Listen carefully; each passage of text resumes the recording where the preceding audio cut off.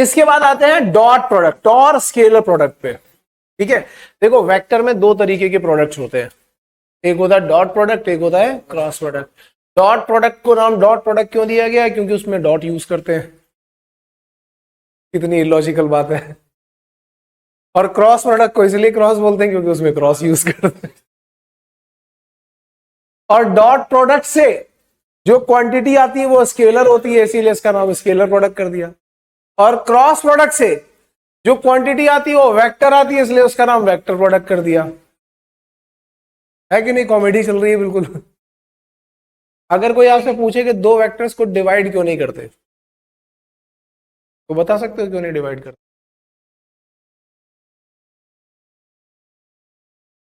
Possible नहीं है। क्यों पॉसिबल नहीं? वही तो मैं पूछ रहा हूँ, वेक्टर्स को डिवाइड करना पॉसिबल क्यों नहीं है? अगर मल्टीप्लाई करना पॉसिबल है तो डिवाइड करना क्यों पॉसिबल नहीं है? सोचो सोचो, दिमाग लगाओ कि दो वेक्टर्स को डिवाइड करना पॉसिबल क्यों नहीं है?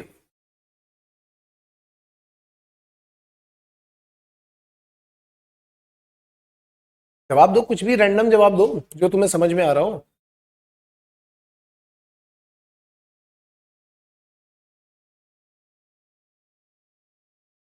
क्योंकि जो भी कुछ आ रहा होगा दिमाग में गलत नहीं होगा। हाँ, गलत नहीं होगा, जो भी कुछ दिमाग में आ रहा हो तुम्हें मजा ही आएगा उसमें। जो दिमाग में आ रहा हो बोलो कि वेक्टर को डिवाइड क्यों नहीं किया जाता।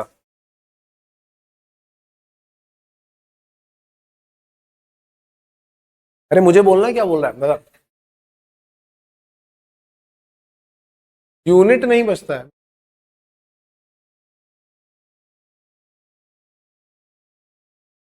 एक सेकेंड, एक सेकेंड।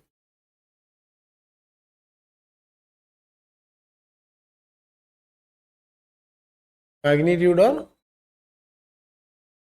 वो तो वैसे ही रहेगा, हमेशा ही रहेगा। डायरेक्शन कट जाता है कि मैग्नीट्यूड अगर अलग अलग होगा तो कैसे कट जाएगा? इसने इतना तो सोचा कम से कम कि मैग्नीट्यूड कट जाएगा, क्योंकि इसको लग रहा है सेम मैग्नीट्यूड है, लेकिन अगर मान लो सेम मैग्नीट्यूड नहीं हुआ, अलग अलग हुआ तो नहीं कटेगा। तो अब तुम बोलोगे कि सर डायरेक्शन कैसे डिवाइड कर सकते हैं आप? है कि नहीं? डायरेक्शन कैसे डिवाइड कर दोगे आप? तो डायरेक्शन मल्टीप्लाई कैसे कर रहे हो? कोई बोलेगा मुझे कि सर वो नॉर्थ को आप ईस्ट से कैसे डिवाइड कर दोगे? एक डायरेक्शन नॉर्थ है और एक ईस्ट है, इसको डिवाइड कैसे कर दोगे? तो मैं पूछूंगा फिर मल्टीप्लाई कैसे करोगे नॉर्थ को ईस्ट से? और मजे की बात देख रहे हो, एक बार मल्टीप्लाई करके डायरेक्शन गायब ही कर दी है, स्केलर आ गया है। दो डायरेक्शन मल्टीप्लाई होकर के विलुप्त हो गई, और एक बार तो मल्टीप्लाई होकर के कोई अलग ही डायरेक्शन में चली गई है।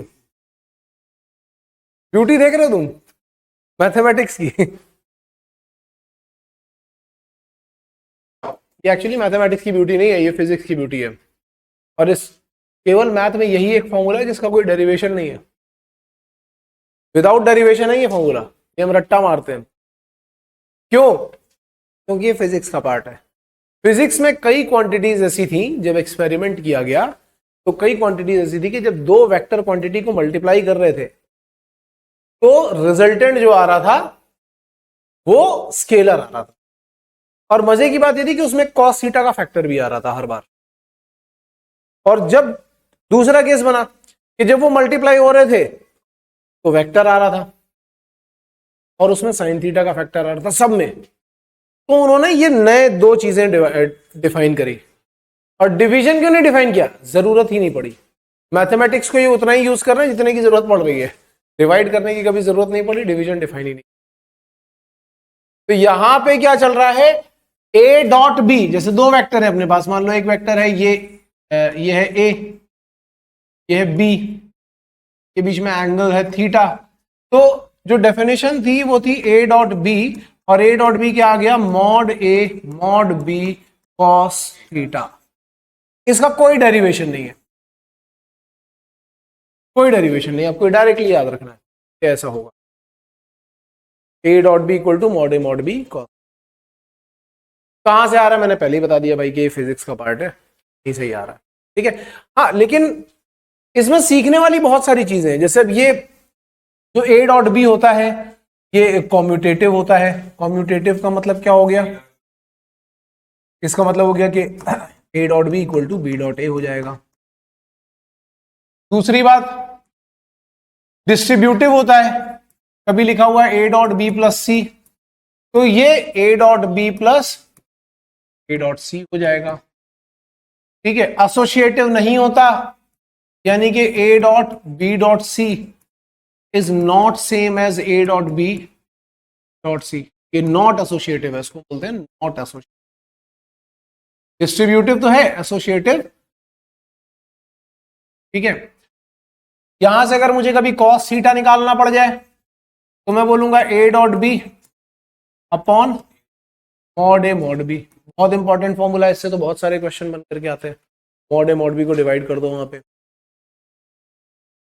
अच्छा, अगर मैं कभी ये बोल रहा हूं कि a dot B is zero, then क्या क्या कंडीशन हो सकती है कि अगर a डॉट बी जीरो है तो या तो वेक्टर a जीरो हो जाए, या फिर वेक्टर b जीरो हो जाए, या फिर cos थीटा। cos थीटा कब जीरो होगा, व्हेन थीटा इज।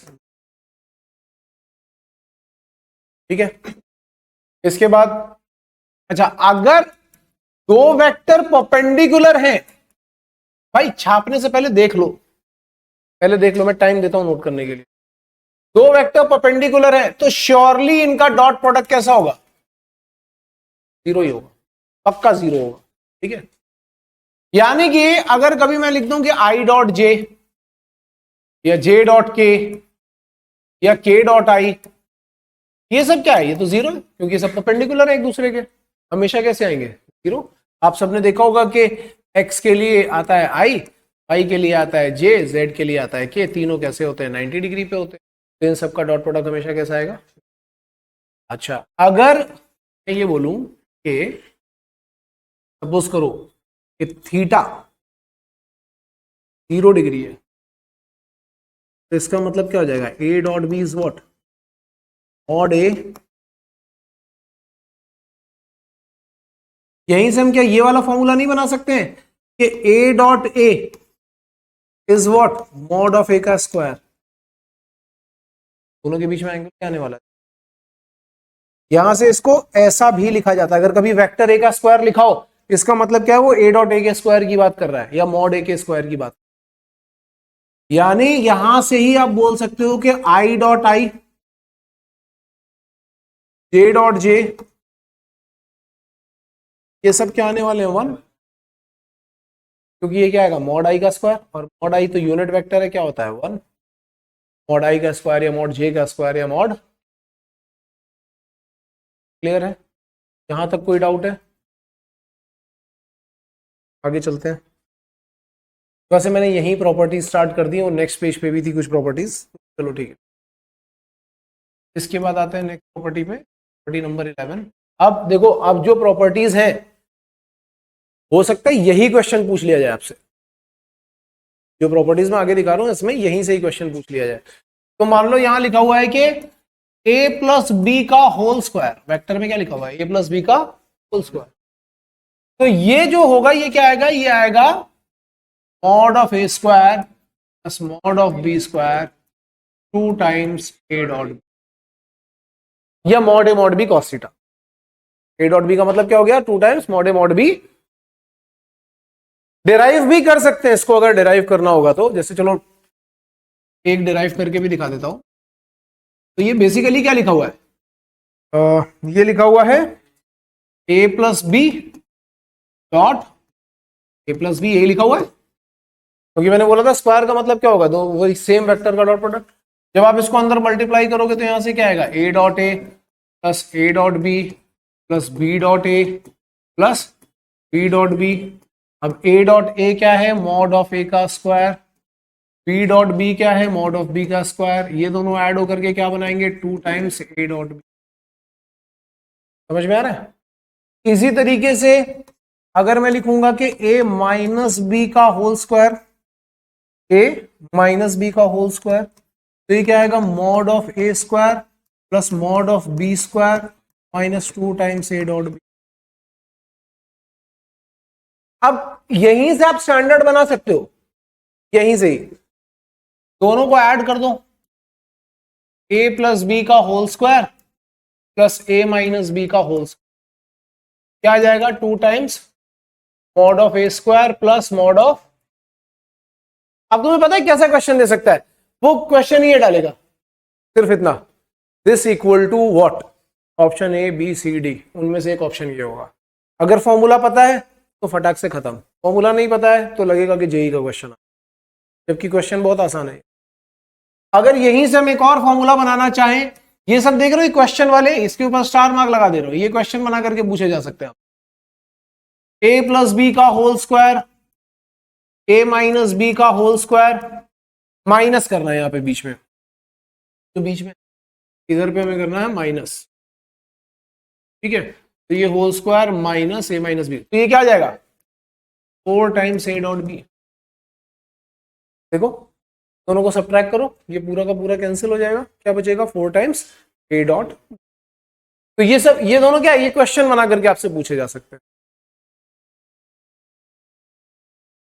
देखो ये भी क्वेश्चन बना करके आपसे पूछा जा सकता है, क्या है a plus B dot,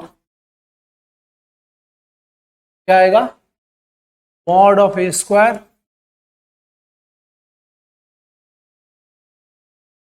multiply करके, बिल्कुल वैसे ही ओपन करो, ओपन करोगे तो सारे टर्म कैंसिल होकर के क्या बचेगा mod of A square minus mod of B square.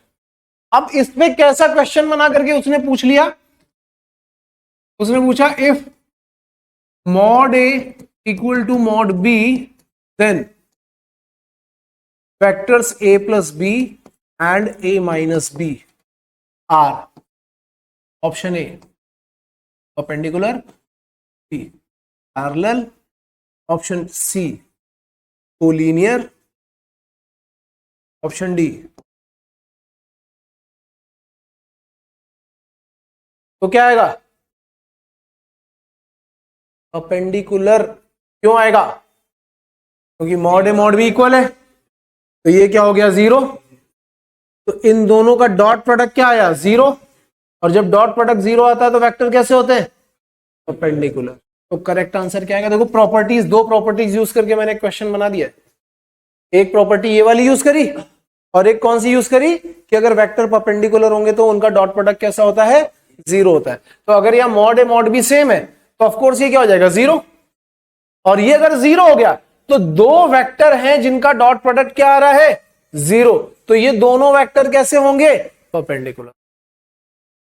समझ में आ रहा है कि प्रॉपर्टीज को यूज करके कैसा क्वेश्चन बना सकता है, बिल्कुल सिंपल सा क्वेश्चन है ये। क्लियर है यहां तक? अच्छा अब इसके बाद आगे चलते हैं। तो कितनी हो गई थी प्रॉपर्टीज यहां पे 15 हो गई थी ना। अब देखो एक प्रॉपर्टी बहुत सिंपल सी प्रॉपर्टी है, अगर दिया हुआ है वेक्टर ए दिया हुआ, वेक्टर ए दिया है a1 i cap plus a2 j cap a3 k cap, and vector b दिया हुआ है b1 i cap plus b2 j cap plus b3, ये दो वेक्टर दे दिए। तो a डॉट b क्या होगा, i वाले को i से मल्टीप्लाई करो, j वाले को j वाले से मल्टीप्लाई करो, k वाले को k वाले से। इसका भी डेरिवेशन है। देखो जब आप मल्टीप्लाई करोगे i डॉट i तो 1 आने वाला है, लेकिन i dot j i dot k तो 0 हो जाएंगे, ठीक है ना। इसीलिए मैंने क्या किया, i डॉट i वाले को मल्टीप्लाई कराया, बाकी दोनों को क्या कर दिया, और ऐसे j dot i j dot k भी 0 हो जाएगा, j डॉट j वाला टर्म बचेगा तो वो रख दिया। तो ये जो पूरा आ रहा है ये ऐसे हवा में नहीं आ रहा है, इसका डेरिवेशन है। लेकिन आप डायरेक्टली कैसे याद रखोगे कि जब भी डॉट प्रोडक्ट करना है तो i का कोफिशिएंट i के साथ, j का कोफिशिएंट j के साथ, k का कोफिशिएंट k के साथ मल्टीप्लाई करके ऐड कर दो तो हमें क्या मिल जाएगा डॉट प्रोडक्ट, ठीक है। इसके साथ में उसने क्या पूछा था cos थीटा, कई बार ऐसे वेक्टर देकर के बोलता है कि find the angle between them. तो cos थीटा का फॉर्मूला क्या था, a dot b upon mod A mod b. तो अगर वही फॉर्मूला मैं यूज करूं cos थीटा का, तो यहां से a डॉट b क्या आ रहा है a1 b1 plus a2 b2 plus a3 b3 upon mod a1 square plus a2 square plus a3 square mod b b1 square plus b2 square plus c square.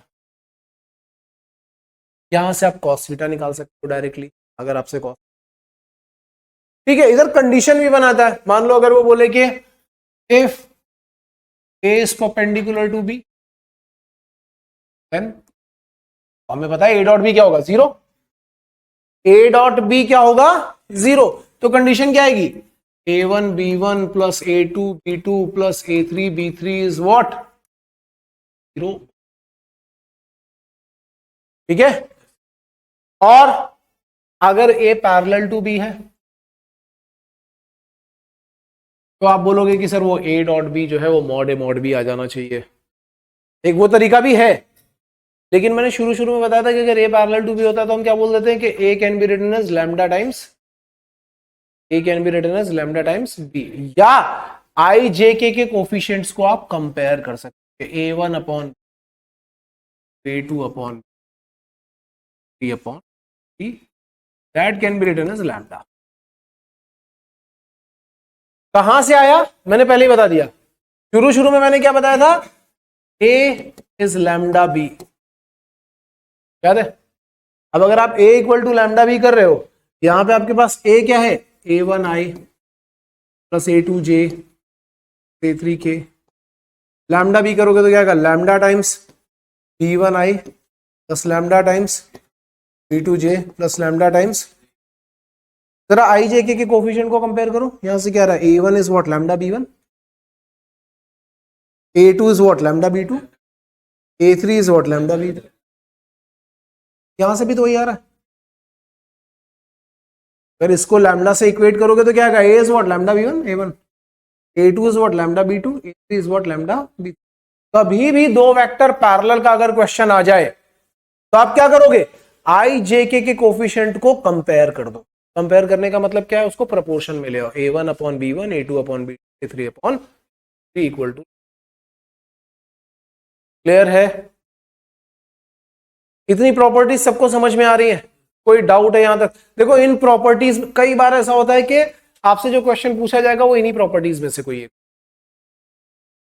भाई समय कम है अपने पास, उसको question ऐसे पूछना जो ट्रिकी होंगे, लेंदी क्वेश्चन नहीं चाहिए उसको। और ट्रिकी क्वेश्चन मैंने तुम्हें करके दिखा दिए इन बिटवीन ही।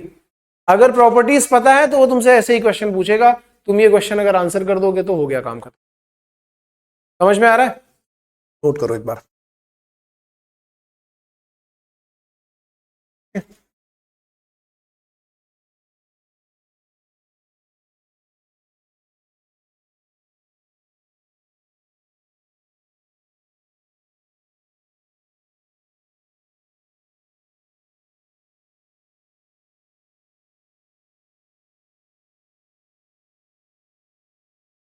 अब देखो ये क्वेश्चन है, यहां पे लिखा हुआ है दो वेक्टर दिए हुए हैं a और b, और बोल रहा है कि a डॉट बी भी फाइंड करना है और angle between a and b भी फाइंड करना है। cos थीटा वाला फॉर्मूला भी यूज करना पड़ेगा, a dot b upon mod a mod b। फटाफट पहला वाला फाइंड करके बताओ। सबसे पहले पहला क्वेश्चन करो, बाद में दूसरा। दूसरे में कुछ ऐसा लिखा हुआ है, ये एक वेक्टर है a वेक्टर के लिए हमें लगना है a dot I cap a dot J cap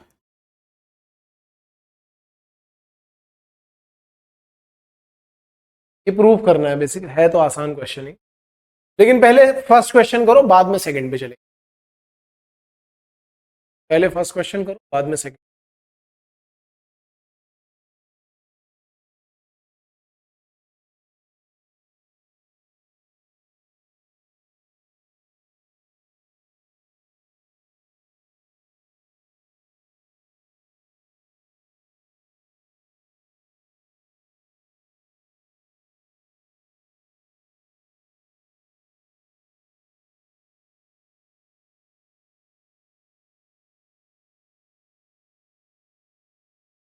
हाँ जी, हो गया।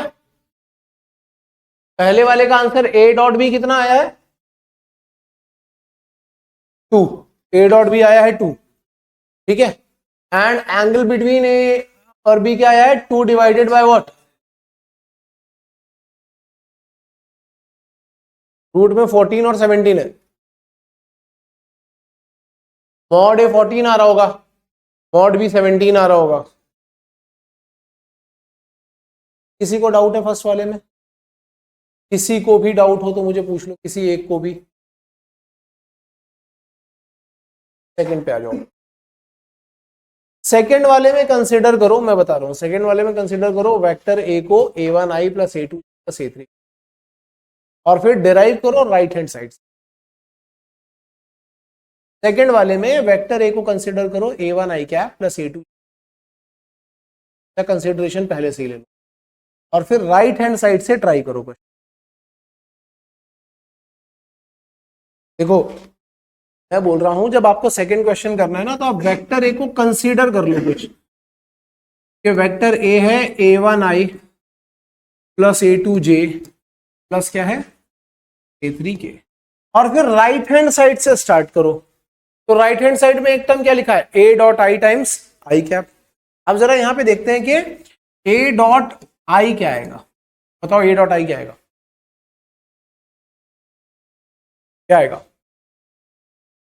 a1, only a1। इस पूरे को अगर आप आई कैप से डॉट प्रोडक्ट करोगे, आई डॉट आई क्या हो जाएगा 1, बाकी दोनों तो क्या है 0, तो क्या बचा, सिर्फ a1 ही तो बचा। और जब मैं बोलूंगा कि a dot I times I cap, ये क्या हो गया a1 आई कैप। इसी तरीके से जब आप a डॉट जे करोगे तो क्या आएगा a2, और जब मैं बोलूंगा कि a dot J times J cap, तो ये क्या जाएगा a2 J cap. In the same way a dot के करोगे तो क्या आएगा a3, और जब आप बोलोगे कि a डॉट के टाइम्स के कैप, तो ये क्या आएगा a3 के कैप। और जब मैं तीनों को ऐड करूंगा तो क्या आने वाला है, फिर से वही वेक्टर है। ये तो प्रूफ करना, समझ में आ रही है बात सभी लोगों को?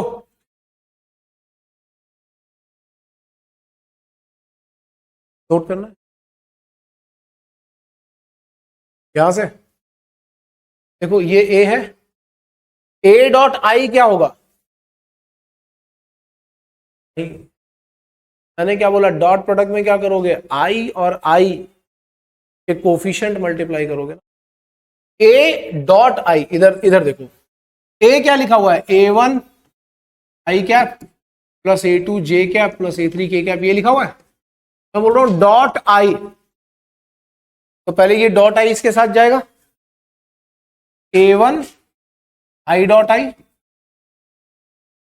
बाकी दोनों तो क्या हो जाएंगे 0 0। आई डॉट आई क्या होता है, a1 इंटू 1 क्या आया, क्या?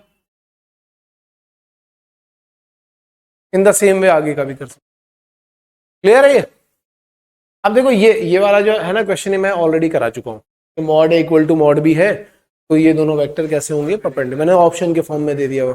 तो ये जो प्रूव दैट वाले होते हैं ऑप्शन के फॉर्म में कैसे आते हैं, तो मैं पहले ही समझ में आ गया होगा, मैंने ऑलरेडी दे दिया। नेक्स्ट है A cap B cap C cap are 3 unit vectors. ये आई जे के नहीं है, ये 3 यूनिट वेक्टर्स हैं such that a cap plus B cap plus C cap क्या है 0 है।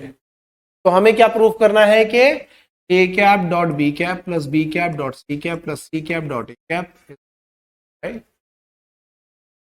-3/2, सॉरी -3/2। करो, स्टार्ट करो उसको। ऊपर वाला क्वेश्चन मैं पहले ही करवा चुका हूं, सेकंड क्वेश्चन आपको अभी करना है फटाफट।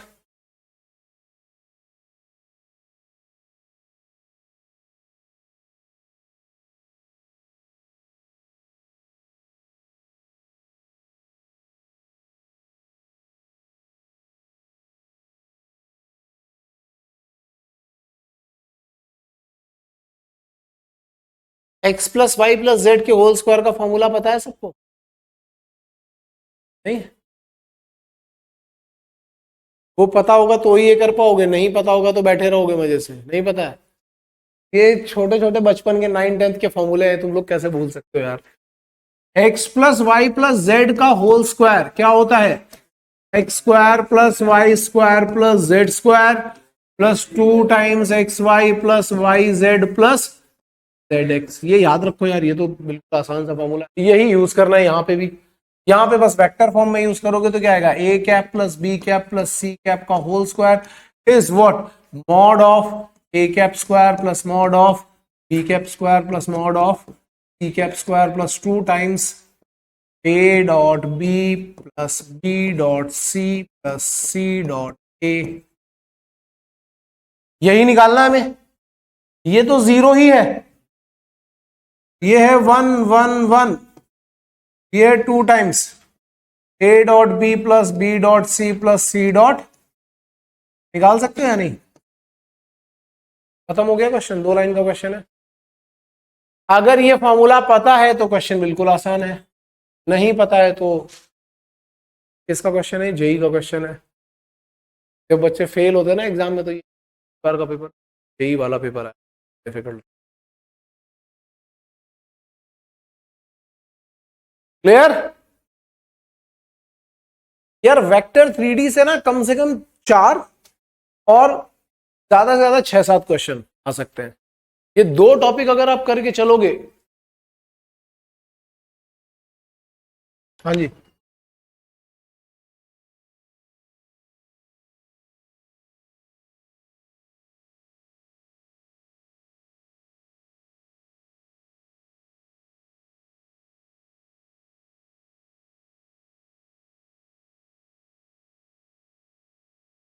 चलें आगे। इसके बाद आता है इसका ज्योमेट्रिक इंटरप्रिटेशन। क्या होता है ज्योमेट्रिक इंटरप्रिटेशन? तो देखो, एक तो फिजिक्स में हम इसको बहुत यूज करते हैं। जैसे सपोज करो कि ये है वेक्टर बी और ये है वेक्टर ए, ठीक है? तो आपने देखा होगा ना कि ए का बी के ऊपर प्रोजेक्शन निकालो या ए का कंपोनेंट निकालो, दोनों के बीच में कितना एंगल है? एंगल है थीटा। अगर मैं बोल रहा हूं कि सपोज ये ओ है, ये ए है और ये पॉइंट बी है, तो ये ओ बी वैक्टर क्या बन गया? बी। ये ओ ए वैक्टर क्या बन गया? अगर मैं इस ए से यहां पे एक परपेंडिकुलर ड्रॉप कर दूं पी, तो ये ओ ए का कंपोनेंट बोल दो, प्रोजेक्शन बोल दो, वो क्या आ रहा होगा? ओपी। ओपी तो आएगा। अगर मैं बोलूं कि ओ ए का लेंथ यानी कि जो मॉड ए है इसको मैं, तो खुद सोच के देखो ये लेंथ क्या आ रहा होगा? ए कॉस थीटा। ये वाला लेंथ क्या आ रहा होगा? ए साइन थीटा। ये तो आएगा। समझ में आ रहा है? किसी को कंफ्यूजन है? अगर कंफ्यूजन है तो मैं एक्सप्लेन करूं। समझ में आ रहा है? अब आपको वैसे भी पता है कि ए डॉट बी क्या होता है? मॉड ए मॉड बी कॉस थीटा। तो यहां से देखो, ये मॉड ए कॉस थीटा का अगर मैं वैल्यू निकालूं, मॉड ए कॉस थीटा का वैल्यू निकालूं, तो क्या आ जाएगा? ए डॉट बी अपॉन, या चाहो तो आप इसी को क्या लिख सकते हो? A dot B cap, b upon mod b is what? B cap. तो बेसिकली हमने क्या किया? अब यहां से फॉर्मूला बना रहा हूं। हमने क्या किया? प्रोजेक्शन या component of vector a on b, vector a on b, पहला वाला वेक्टर का प्रोजेक्शन दूसरे वाले वेक्टर पे निकाला जा रहा है, तो आप क्या बोलोगे? ये क्या होगा? ए डॉट बी अपॉन दूसरे का जिसके ऊपर निकाला जा रहा है उसका मॉड डिवाइड किया जाएगा। समझ में आ रहा है?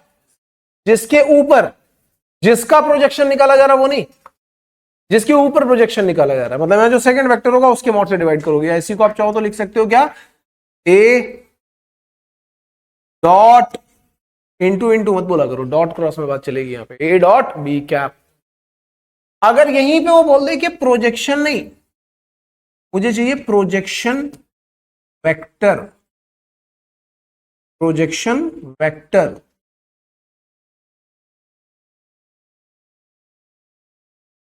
ऑफ ए ऑन बी, तो प्रोजेक्शन वेक्टर मतलब किसकी बात कर रहा है वो? ओपी की बात कर रहा है। ओपी।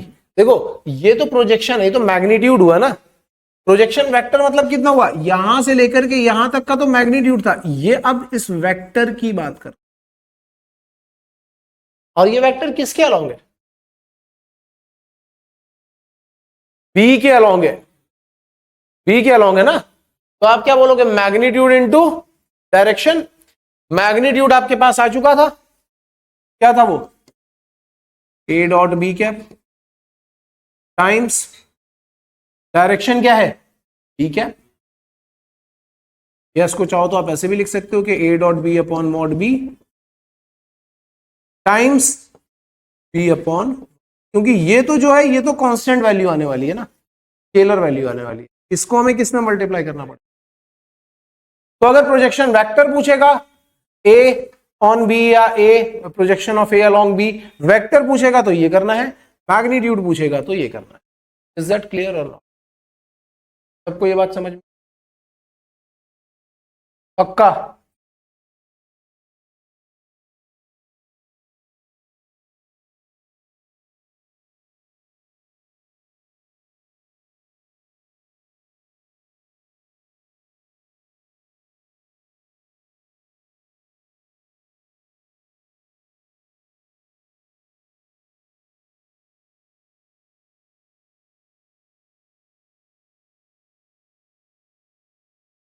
सिंपल सा क्वेश्चन है, एक वेक्टर का दूसरे वेक्टर के ऊपर प्रोजेक्शन, प्रोजेक्शन वेक्टर नहीं निकालना है, क्या निकालना है, सिर्फ प्रोजेक्शन यानी कि लेंथ निकालनी है।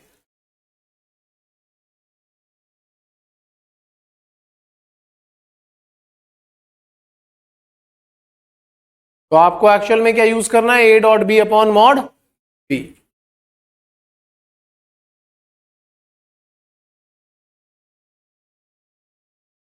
One by root three. पहले वाले को ए ले लो, दूसरे वाले को बी ले लो, तो जब ए डॉट बी करोगे तो आ रहा होगा 1 अपॉन मॉड बी करोगे तो वो आएगा रूट थ्री, तो क्या आ गया 1 बाई रूट थ्री। किसी से ये क्वेश्चन अगर नहीं सॉल्व हो पा रहा हो, कोई डाउट हो तो मुझे बता दो, अगर सॉल्व हो गया हो तो फिर आगे चल। हो गया सभी लोगों से पक्का?